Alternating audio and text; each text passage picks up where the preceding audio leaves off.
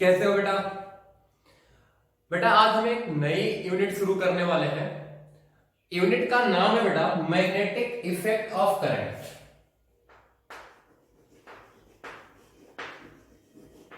Magnetic effect of current. बेटा हमें ये पढ़ना है। देखो एक ऐसा टाइम था ना कि जब हम मैग्नेट को और मोशन ऑफ चार्ज को बेटा अलग अलग ट्रीट करते थे कि दोनों को मानते क्या थे कि दोनों एक अलग चीजें हैं। आगे बात बेटा कुछ ऐसे रिजल्ट ऑब्टेन हुए जिससे हमने ये देखा कि भैया नहीं, जो मूविंग चार्ज है ना वो भी क्या कर सकता है, मैग्नेटिक फील्ड प्रोड्यूस कर सकता है। तो इसमें जो बेटा एक सबसे पहला एक्सपेरिमेंट बोल सकते हो उसको किया था बेटा ओरेस्टेड ने।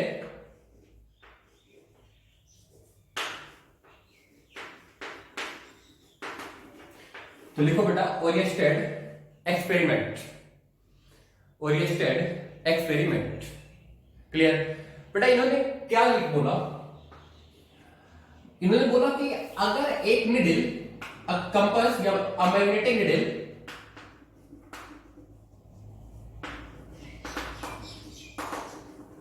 is placed near a current carrying conductor, then it get deflect। अच्छा, अब अगर बेटा मैग्नेटिक निडल में डिफ्लेक्शन हुआ तो इसका मतलब तो यही हुआ कि किसी और मैग्नेटिक फील्ड के साथ उसका इंटरेक्शन हुआ है। तो मैग्नेटिक फील्ड आया कहां से? क्या उस करंट कैरिंग वायर की वजह से आया कि नहीं आया? अच्छा, इसको चेक करने के लिए कि उसी करंट कैरिंग वायर की मैग्नेटिक फील्ड है ये, उन्होंने क्या किया, डायरेक्शन रिवर्स कर दिया करंट का। ठीक है, आगे लिखो बेटा if direction of current is reverse, if direction of the current is reverse, direction of the deflection also get reverse। आगे बात बेटा देखो इन्होंने क्या बोला कि अगर करंट का डायरेक्शन रिवर्स हुआ तो निडल का डायरेक्शन भी क्या हो गया बेटा, रिवर्स हो गया। यहां से क्या कंक्लूजन निकला कि भैया इसी करंट की वजह से सारा कुछ हो रहा है। क्लियर है बेटा कि नहीं है? क्यों ऐसा सोचा बेटा इन्होंने? ऐसा भी हो सकता था कि भैया जो डिफ्लेक्शन निडल में आया वो किसी और सोर्स की वजह से आया।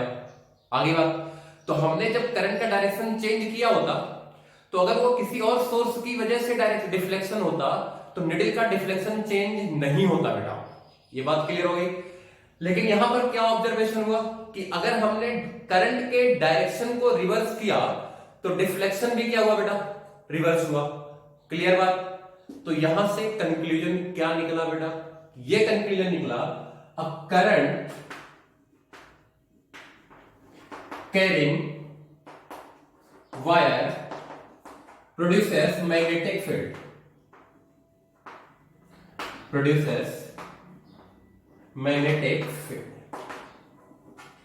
या बेटा आप बोल लो करंट कब आता है, जब मूविंग चार्ज हो।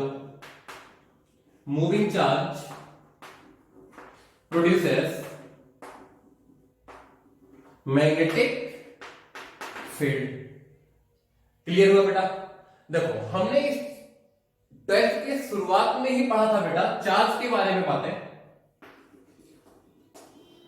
चार्ज था बेटा एक रेस्ट में आपका और एक था बेटा मोशन में। रेस्ट में बेटा होता था आपका इलेक्ट्रिक फील्ड ओनली, याद आया? अच्छा, मोशन में दो कहानी थी, क्या क्या याद करो, एक यूनिफॉर्म मोशन, एक क्या था बेटा नॉन यूनिफॉर्म। बेसिकली ये क्या था बेटा, एक्सेलरेशन इक्वल टू जीरो, और ये क्या था बेटा, acceleration not equal to zero. बेटा इस केस में आपका होता था electric field plus magnetic field. यही सेम चीज बेटा इस एक्सपेरिमेंट ने प्रूव किया था। और यहां क्या था बेटा, यहां था आपका electric field plus magnetic field plus energy radiation, और इसी रेडिएशन को बेटा बोला गया था इलेक्ट्रोमैग्नेटिक वेव। याद आया कुछ? ये लिख दो सारा कुछ।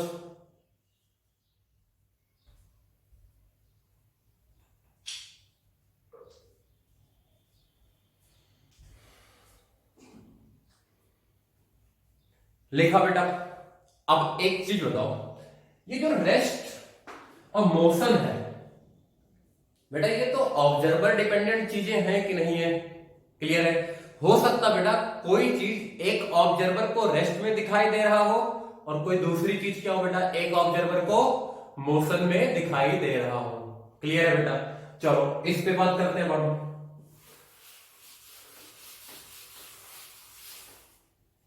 देखो बेटा, एक चार्ज है Q, ये इस साइड का वेलोसिटी v से भाग है। क्लियर है? यहां बेटा एक ऑब्जर्वर है, ऑब्जर्वर 1, यहां एक ऑब्जर्वर बेटा ऑब्जर्वर 2, ठीक है। ऑब्जर्वर 1 है बेटा, ये ऊपर की तरफ v1 से भाग रहा है।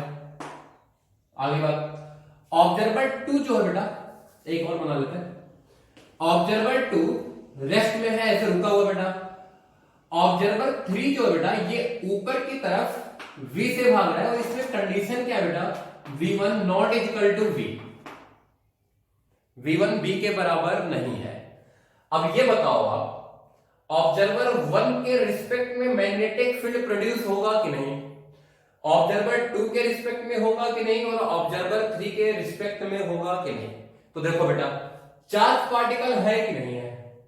हमें एक ही बात पता है, अगर ऑब्जर्वर को चार्ज पार्टिकल मोशन में दिखाई दिया तो मैग्नेटिक फील्ड होगा। ये बात क्लियर हुई बेटा कि नहीं हुई? देखो, ऑब्जर्वर 1 के रिस्पेक्ट में velocity of Q with respect to observer 1, बेटा ये क्या है, नॉट इक्वल टू 0। देखो बेटा, अगर ऑब्जर्वर 1 को हम रोकते हैं और इसकी वेलोसिटी बेटा इसको देंगे डायरेक्शन चेंज करके, अरे इसमें यही तो लिखोगे बेटा, ये किसके बराबर होगा, क्या ये होगा velocity of the charge with respect to the ground minus velocity of the observer 1 with respect to the ground. यही क्या आएगा आपका, velocity of the Q with respect to the observer 1। ये बात समझ में आई कि नहीं आई? अरे रिलेटिव मोशन बेटा, तो ये ऑब्जर्वर 1 के रिस्पेक्ट में 0 नहीं है। क्यों बेटा? क्योंकि इसका आंसर आएगा v माइनस v1, और मैं ऑलरेडी मेंशन कर चुका हूं v1 is not equal to v। तो बेटा इसको मैग्नेटिक फील्ड दिखाई देगा। ये बात समझ में आई बेटा? ऐसे velocity of Q with respect to O2 क्या आएगा बेटा, नॉट इक्वल टू 0 आएगा। क्लियर हुआ? तो इसको भी क्या होगा बेटा, मैग्नेटिक फील्ड दिखाई देगा। ये बात समझ में आई कि नहीं आई बेटा? तीसरा देखो, velocity of Q with respect to observer 3 कितना आएगा बेटा? देखो v है और v है, सेम डायरेक्शन है, तो कितना आएगा बेटा, 0 आएगा कि नहीं? तो क्या ये मैग्नेटिक फील्ड ऑब्जर्वर 3 को दिखाई देगा बेटा कि नहीं? नहीं दिखाई देगा। क्या ये बात क्लियर हुई ऑब्जर्वर 1, ऑब्जर्वर 2 और ऑब्जर्वर 3 की? क्लियर हुआ बेटा कि नहीं हुआ? तो यहां से सबसे पहला कंक्लूजन क्या निकला, देखो ये कंक्लूजन निकाल सकते हो बेटा कि जो मूविंग चार्ज की फील्ड होती है, मैग्नेटिक फील्ड बेसिकली, वो ऑब्जर्वर डिपेंडेंट होती है। लिख लो, magnetic field due to a moving charge is observer dependent. ये बात क्लियर हुई ना बेटा? यहां से आगे बात, चलो आगे देखते हैं हम।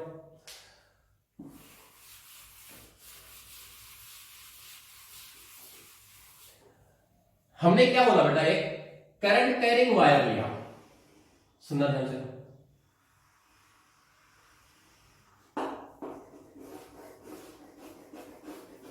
मान लो बेटा इसमें करंट ऊपर की तरफ आई जा रहा है, मतलब ये देखोगे ना बेटा, करंट हमेशा कैसे फ्लो करता है, एक क्लोज लूप में। ऐसा हो ही नहीं सकता कि इतना सा ही वायर हो, और भी वायर होंगे। बात समझ में आएगी नहीं? क्योंकि क्लोज लूप बनाना इसको जरूरी है। आगे बात देखो बेटा, अब ये बताओ, क्या इसमें जो करंट आई होगा ये ऑब्जर्वर डिपेंडेंट होगा बेटा कि इंडिपेंडेंट होगा? बेसिकली बेटा जो करंट होता है ना आई, ये होता है ऑब्जर्वर इंडिपेंडेंट।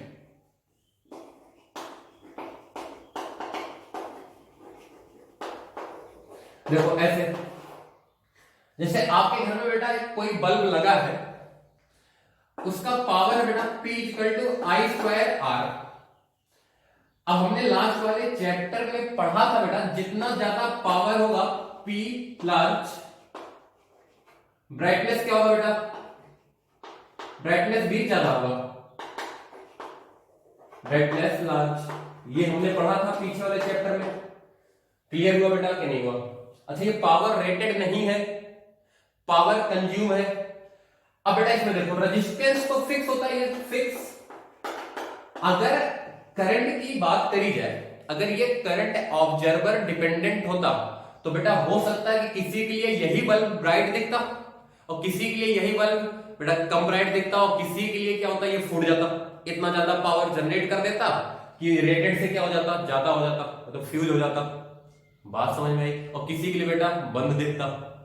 ये बात क्लियर हुई कि नहीं? तो क्या बोल सकते हो, current I is observer independent, current I is observer independent. ये बात समझ में आई बेटा कि नहीं आई? चलो अब एक बात बताओ, मान लो बेटा ये जो वायर है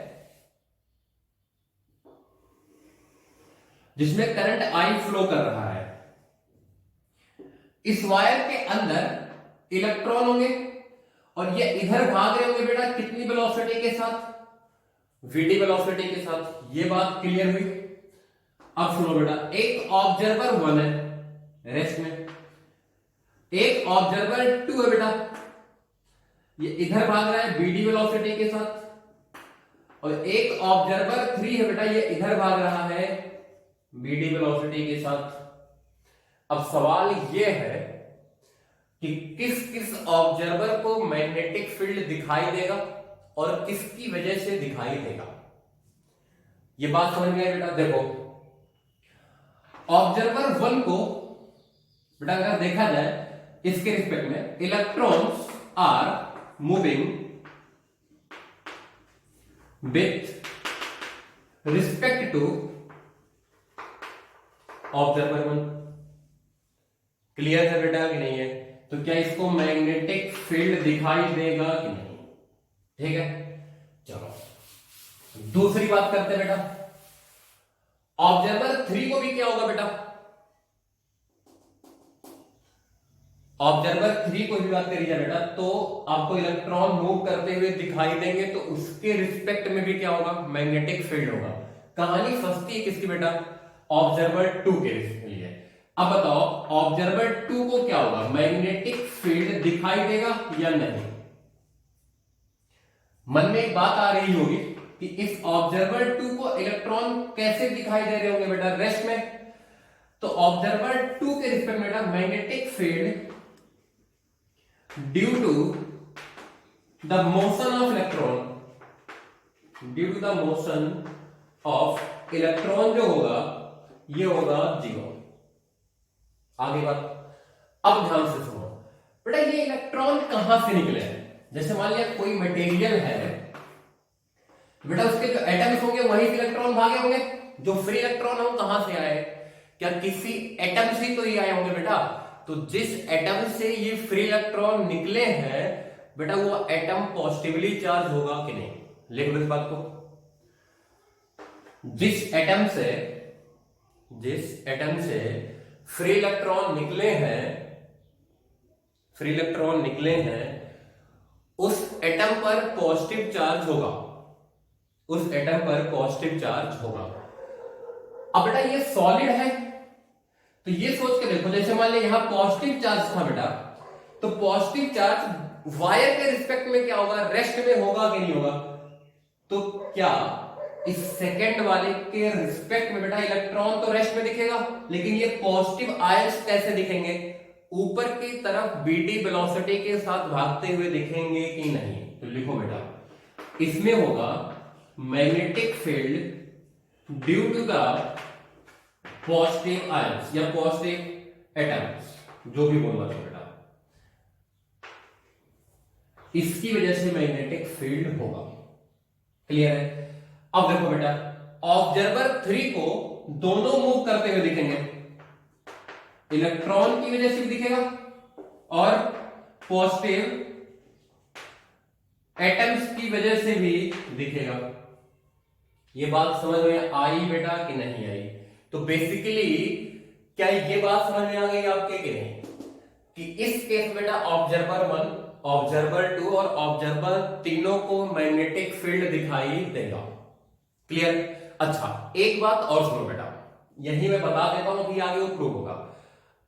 ये बात आगे प्रूव होती है कि किसी भी करंट कैरिंग कंडक्टर की जो मैग्नेटिक फील्ड होती है ना बेटा, वो ड्रिफ्ट वेलोसिटी से क्या होती है, वेलोसिटी रिलेटिव से इंडिपेंडेंट होती है। आगे बात, वो किस बात पर डिपेंड करती है बेटा?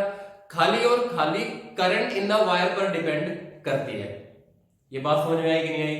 किस पर डिपेंड करेगी? Current in the wire only. और मैं ये पहले बता चुका हूं बेटा, ऑब्जर्वर 1, ऑब्जर्वर 2 और ऑब्जर्वर 3 के रिस्पेक्ट में करंट क्या होगा? सेम ही होगा कि नहीं होगा? क्लियर है? तो यहां से कंक्लूजन क्या निकला बेटा? पहला लिखो, magnetic field due to a current carrying wire, magnetic field due to a current carrying wire does not depends on observer, does not depends on observer। बेटा ये assertion रीजन का भी क्वेश्चन है, क्लियर है कि नहीं है? does not depends on the observer। दूसरी बात हमने क्या सीखी थी बेटा? क्यों? लिखो, because magnetic field due to a current carrying wire depends on current does not depends on relative velocity of the charged particle, and current is independent of observer, clear बेटा? इसलिए क्या हो जाएगा? Magnetic field due to the current carrying wire क्या होगा बेटा? Observer independent होगा। ये एसर्शन रीजन का सवाल बन सकता है, फिर से रिपीट कर रहा हूं मैं। आगे बढ़े,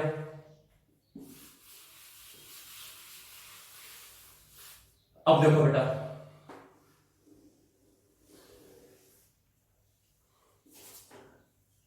एक करंट कैरिंग वायर कितनी मैग्नेटिक फील्ड प्रोड्यूस करता है, उसके लिए बेटा एक लॉ आया।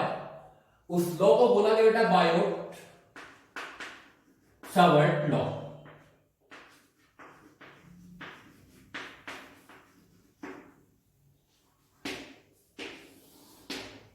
क्लियर? इसमें क्या बोला गया बेटा? चलो, एक करंट कैरिंग वायर है मान लेते हैं, इसका बेटा हमने बहुत स्मॉल सा पोर्शन लिया, ये वाला पोर्शन, इसमें करंट आई ऐसे था। क्लियर? इसका बेटा हमने बहुत स्मॉल सा पोर्शन लिया, इस पोर्शन का नाम रखा बेटा हमने डीएल, और एक पॉइंट बेटा हमने लिया पी। इस पॉइंट पी पर बेटा हमें मैग्नेटिक फील्ड निकालना था, तो हमने एक पोजीशन वेक्टर लिखा आर, और इस डीएल का बेटा जो डायरेक्शन लिया गया वो करंट के डायरेक्शन में लिया गया, और ये एंगल था बेटा आपका थीटा। क्लियर है? तो बेटा इन्होंने क्या बोला कि जो इस स्मॉल एलिमेंट की वजह से जो मैग्नेटिक फील्ड आएगा बेटा बी, डीबी बोल लो बेटा, डीबी इक्वल टू होगा mu not upon 4 pi. Basically एक कांस्टेंट है, mu not upon 4 pi I लिखा बेटा DL cross R divided by mod of R cube. ये बात समझ में आई बेटा कि नहीं आई? क्लियर है? अच्छा, मतलब बेसिकली ये कहां से आया था बेटा? सुनो ध्यान से, ये आया था डीबी का mod proportional to the current होता है। डीबी का जो मॉड होता बेटा वो प्रोपोर्शनल टू होता है आपका डीएल साइन थीटा। क्लियर है बेटा कि नहीं है? अच्छा, इसमें साइन थीटा क्या है बेटा? इसमें थीटा है पोजीशन वेक्टर और डीएल एलिमेंट के बीच का एंगल। बेटा जो आपका डीबी था वो प्रोपोर्शनल होता है बेटा 1 मॉड ऑफ आर स्क्वायर के। ये बात समझ में आई बेटा कि नहीं आई? तो अगर इसको मैं लिखूं तो क्या लिखूंगा बेटा, डीवी का मॉड आया I proportional to I DL sine theta divided by कितना बेटा, मॉड ऑफ आर स्क्वायर। अब बेटा ये वेक्टर क्वांटिटी होता है, तो जब इसका डायरेक्शन ऑब्जर्व किया गया, डीवी का डायरेक्शन बेटा, तो यहां पर एक तो पहले कांस्टेंट लगा लो I DL mod of R square. और बेटा ये कैसा था डायरेक्शन, सुनो, इस डीएल और आर दोनों के प्लेन के परपेंडिकुलर। कैसा था, इस डीएल और आर के दोनों के प्लेन के परपेंडिकुलर। तो यहां से जो कहानी बनी बेटा, डायरेक्शन जो ऑब्जर्व हुआ वो ये हुआ कि अगर इसमें हम आर वेक्टर यूनिट वेक्टर के साथ क्रॉस निकाल देना तो क्या आ जाएगा, हमारा डायरेक्शन सेम आ जाएगा जो हमारा इसमें आया था। क्लियर हुआ बेटा कि नहीं हुआ?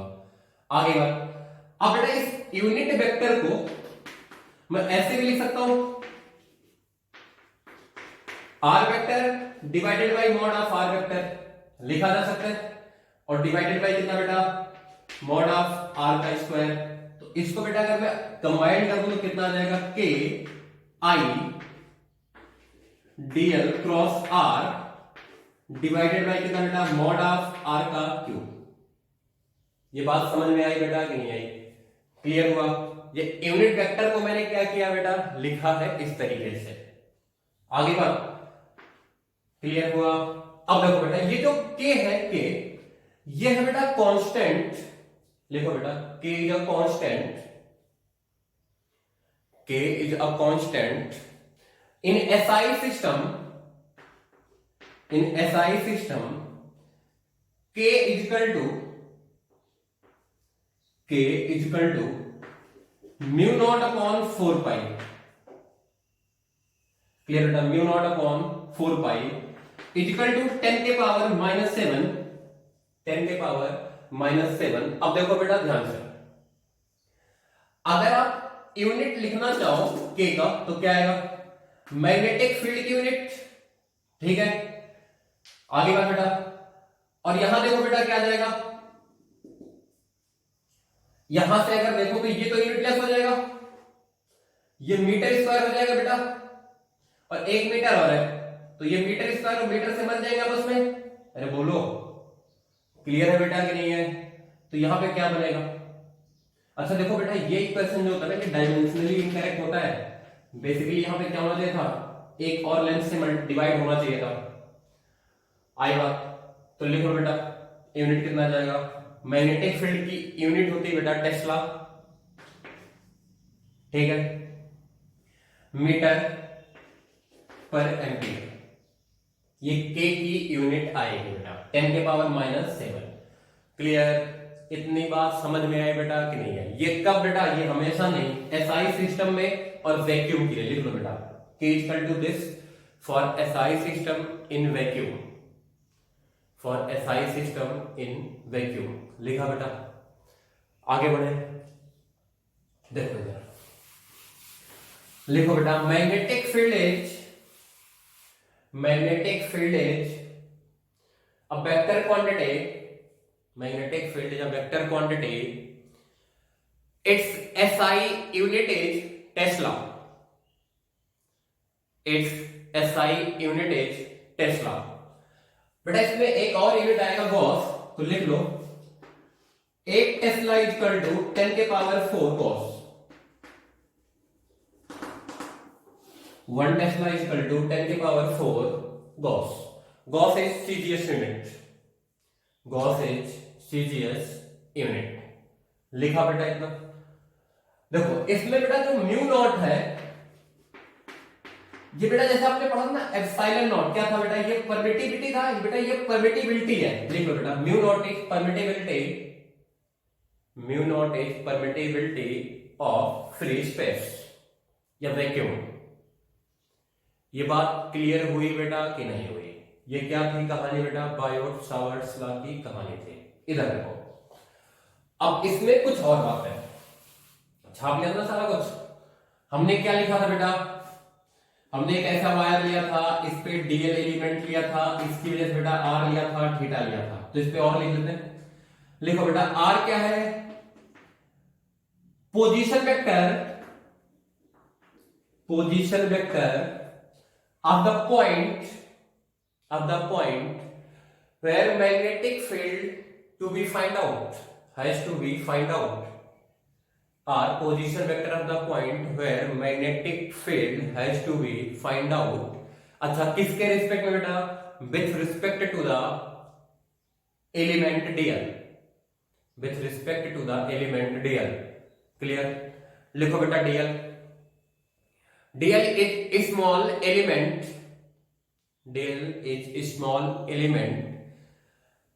considered as a vector and direction of the vector is taken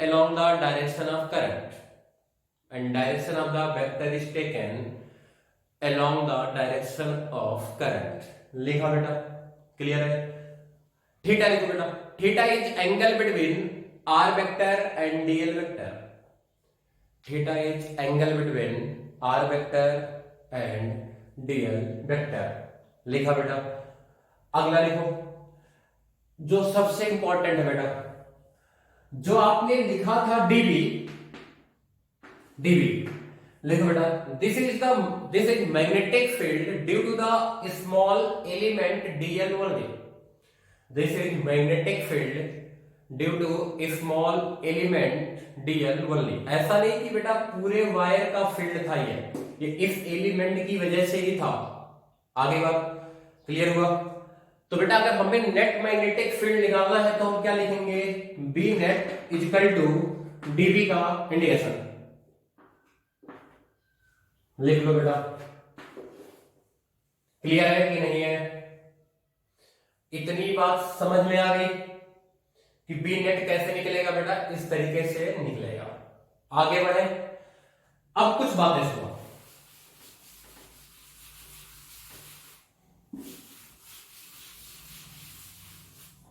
बातें क्या क्या बेटा, इधर देखो। हमने क्या किया, ये डीएल लिया,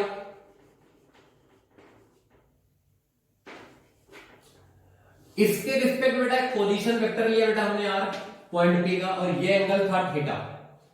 कितनी मैग्नेटिक फील्ड आई थी बेटा इसकी वजह से, dB mu not upon 4 pi, ये हुआ I DL cross R divided by vector R के मॉड का क्यूब। ये बात समझ में आई बेटा। अच्छा, इसी को हमने क्या लिखा था बेटा, डीवी का मॉड लिखा था हमने mu not upon 4 pi I DL sine theta divided by mod of R का स्क्वायर। ये दो बातें हमने लिखी थी। अब देखना बेटा ध्यान से, अब अगर मैं क्या करूं बेटा, ये जो डीएल देखो ध्यान से, इस डीएल का बेटा एक कंपोनेंट ले लो इधर, ठीक है। कितना आएगा बेटा, वेक्टर ही रिजॉल्व होता है, ये बात याद रखना। तो ये आएगा बेटा डीएल कॉस थीटा आएगा, और इधर कितना आएगा बेटा, डीएल साइन थीटा। तो क्या आप बोल सकते हो बेटा, एलिमेंट का कौन सा कंपोनेंट लेना बेटा, जो पोजीशन वेक्टर के परपेंडिकुलर हो।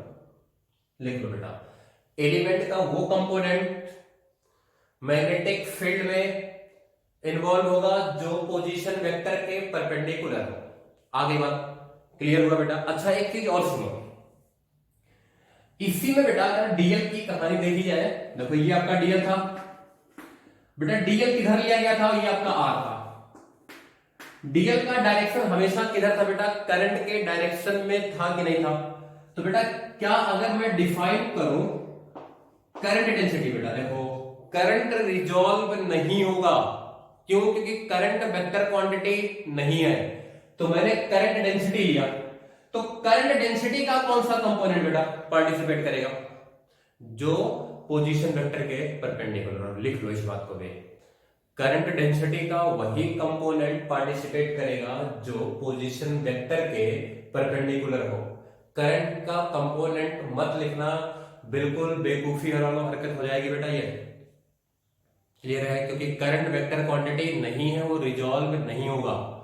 आगे बढ़े, इतनी बात सबके समझ में आ गई बेटा कि ये हो गया बेटा आपका बायोट सावर्ट्स लॉ। एक और बात देखते हैं, हमने लिखा था डीएल के लिए, ये आपका डीएल था, ये आपका था बेटा आर, ये आपका था बेटा थीटा। अगर थीटा की वैल्यू 0 और 180 हो जाए बेटा, तो क्या डीवी की वैल्यू 0 हो जाएगी कि नहीं? आगे बात, इसका मतलब बेटा कि ये कंक्लूजन निकाल सकते हो along the length of the element any point जो हम कंसीडर करेंगे उसमें मैग्नेटिक फील्ड क्या होगा बेटा? 0 होगा, 3 होगा। लिख लो बेटा, any point along the length, any point along the length of the element, any point along the length of the element, magnetic field become 0 at that point, magnetic field become 0 at that point. Clear हुआ बेटा कि नहीं हुआ? अब एक बात सुनो, अगर हम बेटा दो चीजों में बात करें, हमने एक कूलम्ब्स लॉ पढ़ा था, तो F इक्वल टू कितना था बेटा? इलेक्ट्रिक फील्ड कितना था वहां पर? 1/4 pi epsilon not Q divided by R square. बेटा यहां मैग्नेटिक फील्ड कितना आया? ये आया mu naught upon 4 pi, mu naught upon 4 pi I DL sine theta divided by कितना बेटा? Are square. क्लियर है कि नहीं है? तो इसमें बेटा कुछ सिमिलरिटीज है, लिखो सिमिलरिटीज में, सिमिलरिटीज फर्स्ट लिखो बेटा, both follows universe square law. बेटा नीचे दोनों में क्या आया है? आर स्क्वायर आया है। अगला लिखो बेटा, अगला लिखो, both are vector quantity, both are vector quantity, hence both follows superposition, both follows principle of superposition। बेटा प्रिंसिपल ऑफ सुपरपोजिशन वही है कि अगर किसी एक पॉइंट पर इलेक्ट्रिक फील्ड निकालना हो तो आप क्या करते थे? इंडिविजुअल डिस्ट्रीब्यूशन की वजह से इलेक्ट्रिक फील्ड निकालते थे और सभी का वेक्टर सम। ऐसे बेटा यहां भी अगर आपको किसी पर्टिकुलर पॉइंट पर मैग्नेटिक फील्ड निकालना है तो क्या करोगे आप हर एक इंडिविजुअल की वजह से मैग्नेटिक फील्ड निकाल दो, इन सबका वेक्टर सम कर दो। क्लियर हुआ बेटा? लिख लिया इतना हमने, और आगे लिखो, both are long range force या long range field, both are long range field exist from 0 to infinity, exist from 0 to infinity. लिखा बेटा? क्लियर? अब देखो,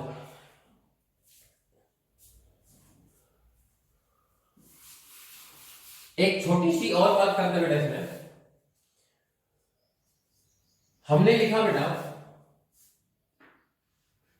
1/4 पाई एप्सिलॉन नॉट की वैल्यू कितनी आई थी?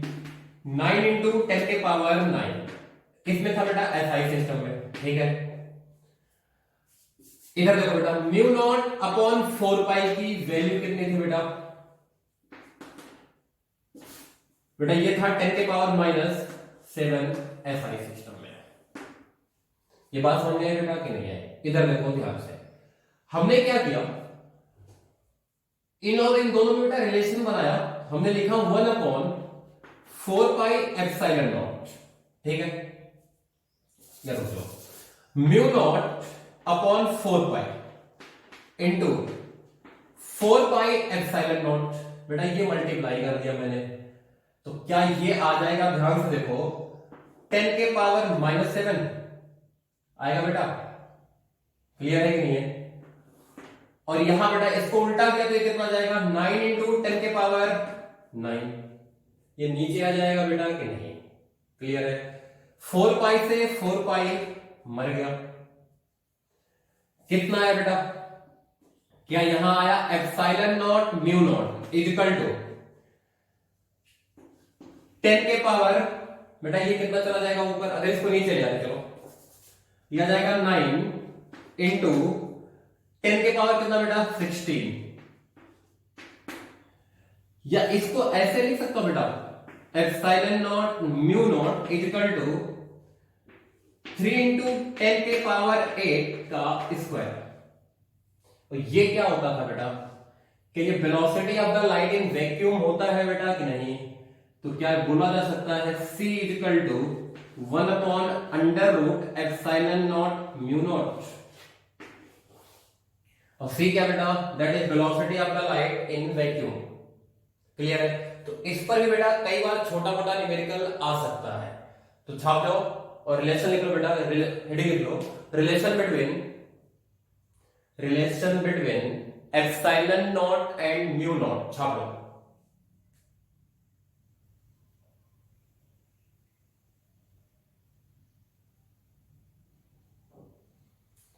तो बेटा आज के लेक्चर में बस इतना ही।